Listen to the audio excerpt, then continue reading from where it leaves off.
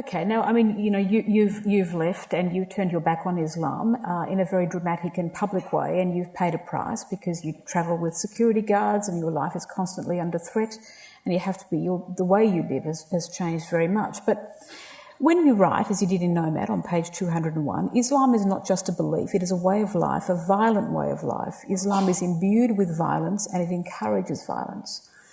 Now, those words must carry with them responsibility for the offence that they cause.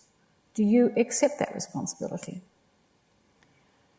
Those words are a description of how Islam is being put into practice today.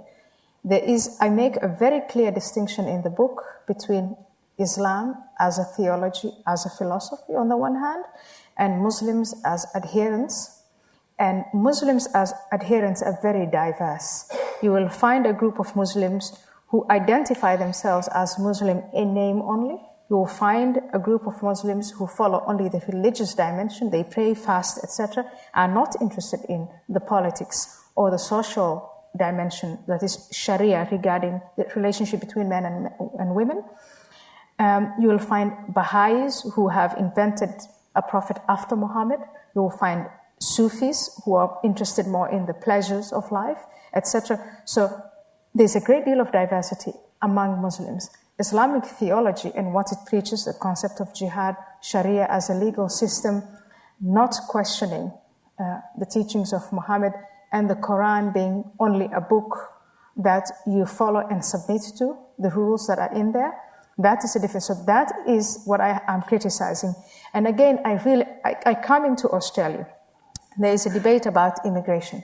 I look up the number of refugees, displaced peoples, asylum seekers.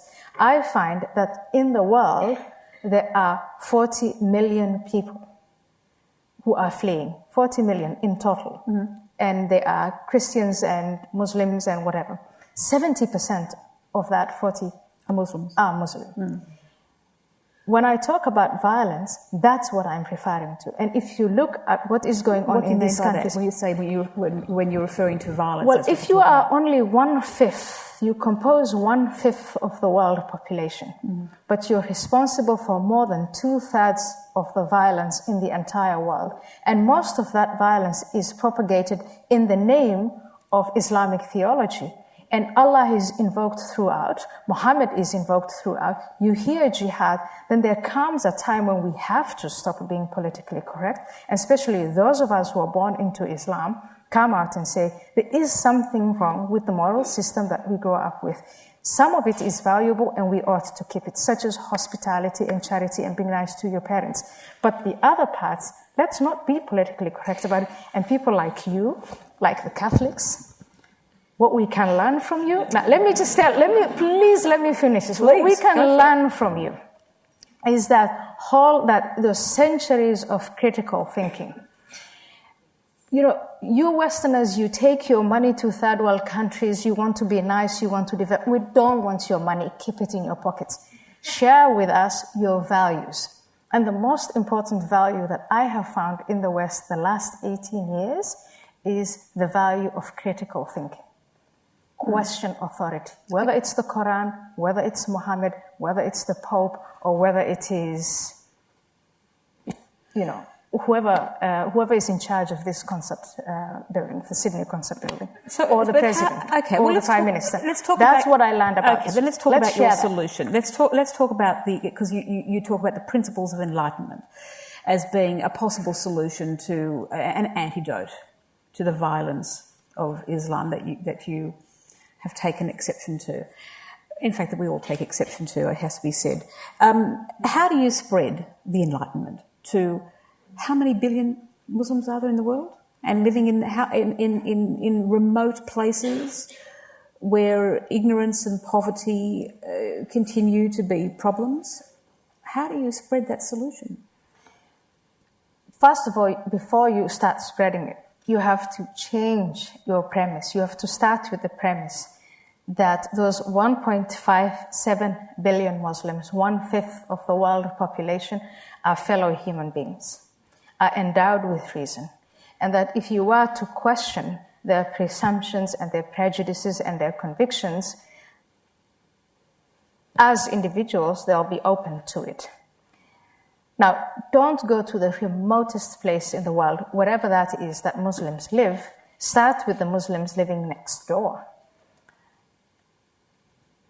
We know in Australia itself that immigrants from Muslim countries, when you add them up today, form probably the largest group. You don't have to go to some remote place in Afghanistan or Somalia. You can start with the Muslim next door. And the way to do it is when the agents of radical Islam, who are financed by countries, Wahhabi countries like Saudi Arabia and the United Arab Emirates and Kuwaitis, come here and set up schools and Muslim centers and institutions where they can indoctrinate, they target Muslim minorities and they can indoctrinate them with the most radical versions of Islam. Instead of seeking to go to remote places, start with them and start challenging them and deny them those institutions and those centers and give them, again, that most important of values, which is critical thinking. But invariably what happens, I can certainly say in the case of Australia, and in particular in Sydney, there was an instance not very long ago when there was an attempt to open an Islamic school in the western suburbs of Sydney. And there was a division between those who were very, very vocally opposed to the opening of the school because they didn't want those Muslims living amongst us and proselytising amongst us, and those who were very, very, I suppose you would call it politically correct, who were quite libertarian about it and who wanted to protect the sanctity and the ability of these people to actually practice their own faith and teach their own faith in that setting. Mm-hmm. So political correctness is an issue, isn't it? And that would stop people from approaching their next-door neighbour and wanting to have a discussion and pose alternate questions, because that's disrespectful. It's disrespectful to deny people to pray. It's disrespectful to deny people to do something very individual, something that they say I derive pleasure from, that doesn't harm other people. But to establish an institution where you take young children who come mostly from poor countries, and Muslims come mostly from poor countries, and you indoctrinate those young children between the ages of 5 to 18 with ideas such as distance yourself from the infidels. That's the society that they're supposed to integrate into. You indoctrinate young women to believe that they ought to submit to men and to mystify their sexuality, that they can only be son factories, child factories. You indoctrinate young men to give up their lives for jihad or holy war. You teach them to be victims forever because they are taught to believe that as Muslims they are under siege.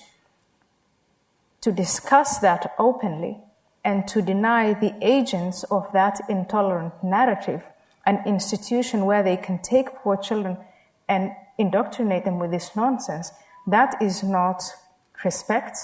That is not being disrespectful. That is to say, no, we take these individuals first and foremost as fellow human beings, as Australians, and we are going to teach them what it is to be successful and loyal to the Australian society. And you agents of radical Islam, if you want to live under Sharia law, go to Saudi Arabia, go to Iran, go to some place where Sharia law applies, but you're not going to do it here.